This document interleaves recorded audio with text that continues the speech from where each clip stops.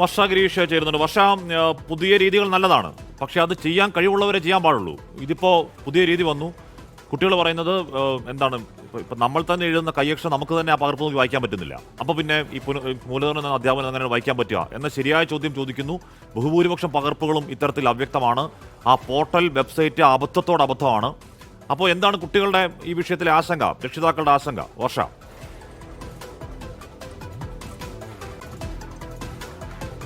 ഹാഷ്മി, ഇതിൽ എത്രമാത്രം ആശങ്കപ്പെടേണ്ട എന്നുള്ള കാര്യം CBSE പറഞ്ഞാലും വിദ്യാർത്ഥികൾക്കും അതേപോലെ തന്നെ രക്ഷിതാക്കൾക്കും വലിയ ആശങ്ക തന്നെയാണുള്ളത്. വലിയ മാനസിക ഒരു സംഘർഷത്തിലൂടെയാണ് വിദ്യാർത്ഥികൾ കടന്നു പോകുന്നത് എന്നുള്ളതാണ്. കാരണം പഠിച്ച് പരീക്ഷ എഴുതിയവരാണ്, ഒരുപാട് മാർക്ക് പ്രതീക്ഷിച്ചവരാണ്. അവർക്കൊന്നും വിചാരിച്ചത്ര മാർക്ക് കിട്ടാതായപ്പോൾ വളരെ മാനസികമായ സംഘർഷത്തിലേക്കാണ് അവരെല്ലാവരും കടക്കുന്നത്. കാരണം ആദ്യമായാണ് ഇത്തരത്തിലൊരു ഡിജിറ്റൽ സിസ്റ്റത്തിൽ ഇതുപോലൊരു രീതിയിൽ ഈ ഉത്തരക്കടലാസുകൾ നോക്കുന്നത്. അതിൻ്റേതായിട്ടുള്ള എല്ലാ പോരായ്മകളും ഉണ്ടെന്നുള്ള കാര്യം ഇവിടെ വ്യക്തവുമാണ്. അതുകൊണ്ട് തന്നെയാണ് നിരവധി വിദ്യാർത്ഥികൾ പരാതിയുമായി രംഗത്ത് വന്നത്. എന്തായാലും OSMനെതിരെ വലിയ രീതിയിലുള്ള ഒരു പരാതി തന്നെയാണ് നിലവിൽ ഉയരുന്നത്. ആഷ്മി സൂചിപ്പിച്ച പോലെ ഇനി മൂല്യനിർണ്ണയം സംബന്ധിച്ചാണെങ്കിലും പോർട്ടലിൽ ഇവർക്ക് കിട്ടുന്നില്ല എന്നുള്ള കാര്യമാണ് പറയുന്നത്. എന്തായാലും ഇപ്പോൾ നമ്മോടൊപ്പം ഉള്ളത് ഗോകുലം സ്കൂളിലെ CBSE 12ാം ക്ലാസ് വിദ്യാർത്ഥിയായിട്ടുള്ള ശ്രീരുദ്രാണ്. പരീക്ഷ എഴുതി പ്രതീക്ഷിച്ചത്ര മാർക്ക് കിട്ടിയില്ല എന്ന് തന്നെയാണോ? അതെ, പ്രതീക്ഷിച്ചത്ര മാർക്ക് കിട്ടിയില്ല.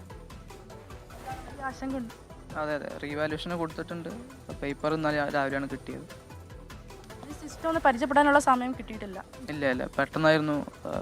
OSMനെ പറ്റിയിട്ട് പറയുന്നത് തന്നെ പെട്ടെന്നായിരുന്നു. എന്തൊക്കെയായിരുന്നു നിർദ്ദേശം നൽകിയത്? സ്കൂളിൽ എന്തൊക്കെ നിർദ്ദേശം നൽകിയിട്ടുണ്ടായിരുന്നേ? സ്കൂളിൽ നിന്ന് സൈഡിൽ മാർജിൻ്റെ സൈഡിലേക്ക് എഴുതേണ്ട, ബ്ലാങ്ക് പേജ് കട്ട് ചെയ്യണം. അതുകൊണ്ടൊക്കെ കുറേ ബെനിഫിറ്റ്സ് ഉണ്ടായി എന്നാണ് വിചാരിക്കുന്നത്. കാരണം സ്ക്രീനിലാണല്ലോ മാർക്ക് ചെയ്യുന്നത്. അപ്പോൾ ബ്ലാങ്ക് ആയി ഇട്ടാൽ അതിന് മാർക്ക് കുറയും എന്നുള്ളൊരു സ്കൂളിൻ്റെ ഭാഗത്തുനിന്ന് പറഞ്ഞിട്ടുണ്ടായിരുന്നു. അപ്പോൾ അതുപോലെ തന്നെയാണ് ചെയ്തത്. ശ്രീധൃത് ഈ ബ്ലാങ്ക് പേപ്പറിൽ വരച്ചിട്ടുണ്ടാവും അല്ലേ? അതെ, ബ്ലാങ്ക് പേപ്പർ കട്ട് ചെയ്തിട്ട് ബാക്കി വരുന്ന പേജിലായിരുന്നു എഴുതിയത്.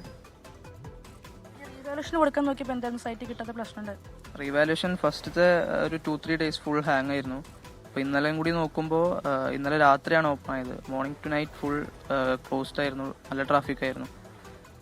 ഞാൻ 19th പേയ്മെൻറ്റ് ചെയ്തത്. രണ്ട് ഡേയ്സ് കഴിഞ്ഞിട്ടാണ് കിട്ടിയത്. ഫോട്ടോ കോപ്പി മെയിലിലേക്ക് കിട്ടിയത് 2 ഡേയ്സ് കഴിഞ്ഞിട്ടാണ്. കിട്ടിയ ആ ആൻസർ ഷീറ്റ് ക്ലാരിറ്റി ഉണ്ടോ? എൻ്റെത് ഭാഗ്യത്തിന് എൻ്റേതിൽ ക്ലാരിറ്റി ഉണ്ട്. കുറേ കുട്ടികൾ പറയുന്നുണ്ട് കിട്ടിയതിന് ക്ലാരിറ്റി ഇല്ല, ബ്ലറായിട്ടാണ് കാണുന്നതെന്ന് പറയുന്നുണ്ട്. എനിക്ക് കിട്ടിയത് നോക്കിയത് ഇതുവരെ ക്ലാരിറ്റി ഉള്ളതാണ്. റീവാലുവേഷൻ കൊടുക്കുമ്പോൾ ഈ എമൗണ്ട് ഫീസിൻ്റെ കാര്യത്തിലും വലിയൊരു പ്രതിസന്ധി ഉണ്ടായിരുന്നു അല്ലേ? അതെ, ഫസ്റ്റ് നല്ല ഹ്യൂജ് എമൗണ്ട് ആയിരുന്നു പറഞ്ഞത്. പിന്നെ കോർട്ട് ഇടപെട്ടിട്ടാണ് തോന്നുന്നു കുറച്ചിട്ടുണ്ടായിരുന്നു. 700 ഉള്ളത് 100 ആക്കി, 100 ഉള്ളത് 25 ആക്കി, അങ്ങനെ കുറേ ചേഞ്ചസ് വരുത്തി. അധ്യാപകരുമായിട്ട് ഈ മാർക്ക് സംബന്ധിച്ചുള്ള കാര്യങ്ങൾ സംസാരിച്ചിട്ടുണ്ടായിരുന്നു. അവരുടെ ഭാഗത്തൊക്കെ എന്താ പറയുന്നത്? അതെ, അവരും ഒരു ഓൺ സ്ക്രീൻ മാർക്കിംഗ് പെട്ടെന്ന് വന്നതുകൊണ്ടുള്ളൊരു ഷോക്കിൽ തന്നെ ആയിരുന്നു. പെട്ടെന്ന് സ്കൂളിലെ എല്ലാ കുട്ടികൾക്കും പെട്ടെന്ന് മാർക്ക് കുറഞ്ഞു. അപ്പോൾ അതിൻ്റെ ഒരു ടെൻഷനിലായിരുന്നു അവരും ഉള്ളത്. പ്രതീക്ഷിച്ച ഒരു ശതമാനത്തിൽ എത്താൻ വേണ്ടി കഴിഞ്ഞിട്ടില്ല. ഇല്ല, ഒരു ഇഷ്യൂ ഉണ്ടായിരുന്നു. എല്ലാ വിഷയവും റീവാലുവേഷൻ കൊടുക്കാം. അതെ, എല്ലാതും കൊടുക്കുന്നുണ്ട്. അതാണ് അഷ്മി, വലിയ ആശങ്കയിലാണ്. പഠിച്ച് എഴുതിയവർക്കൊന്നും വിചാരിച്ചത്ര മാർക്ക് കിട്ടുന്നില്ല. കുട്ടികൾക്ക് ഇതിനെക്കുറിച്ച് പഠിക്കാനുള്ള ഒരു സമയമോ ഒന്നും കിട്ടിയിട്ടില്ല എന്നുള്ളതാണ്. മാതാപിതാക്കൾക്കും വലിയ ആശങ്കയിലാണ്. കാരണം തങ്ങളുടെ മക്കൾ ഇത്ര ശതമാനം മാർക്ക് നേടി വിജയിക്കുമെന്നുള്ള പ്രതീക്ഷയിലായിരുന്നു മാതാപിതാക്കൾ എല്ലാവരും ഉള്ളത്. എന്നാൽ മാർക്ക് വന്നപ്പോൾ വളരെയധികം ഒരു പ്രതിസന്ധിയിലേക്കാണ്, അല്ലെങ്കിൽ വലിയൊരു പ്രതിസന്ധിയാണ് ഇവരിപ്പോൾ നേരിടുന്നത്. എന്തായാലും ശ്രീധൃതിൻ്റെ അമ്മ കൂടെ ഇപ്പോൾ നമ്മളോടൊപ്പം ഉണ്ട്. ഇത് വളരെ ഒരു ആശങ്ക നൽകുന്ന ഒരു കാര്യമായി മാറിയിട്ടുണ്ടല്ലേ? അതെ, CBSE 12നെ സംബന്ധിച്ച് കുട്ടികളെ സംബന്ധിച്ചിടത്തോളം ഇത് വളരെ ആശങ്കയാണ്. ഒന്നാമത് അവർ പഠിച്ച് അവർ ഫ്യൂച്ചറിലേക്ക് പോകേണ്ട ഒരു സംഭവം കൂടിയാണ്. അപ്പോൾ ഇത് വളരെ ആശങ്ക ജനിപ്പിക്കുന്ന ഒരു സംഭവം തന്നെയാണിത്. അവർ ഫസ്റ്റ് മുതൽ അവർക്ക് ഈ വാല്യുവേഷൻ സ്കീം കൊണ്ടുവന്നത് നല്ലതൊക്കെ തന്നെയാണ്. പക്ഷെ അവരെന്ന് വെച്ചാൽ കുറച്ച് മുന്നേ അതിന് വേണ്ടിയിട്ട് പ്രീപ്ലാൻ ചെയ്തിട്ട് വേണമായിരുന്നു ഇത് കൊണ്ടുവരുന്നത്. ഇത് പെട്ടെന്ന് ഒരു തിരക്ക് കൂട്ടിയിട്ട് ചെയ്യേണ്ട ഒരു സിസ്റ്റം അല്ല ഇത് ശരിക്കും. പ്രത്യേകിച്ച് വാല്യുവേഷൻ എന്നൊക്കെ പറയുമ്പോൾ കുട്ടികളെ ഭാവി വെച്ച് കളിക്കുന്നതല്ലേ, അതൊന്ന് ശ്രദ്ധിച്ചും കണ്ടും ചെയ്യണമായിരുന്നു.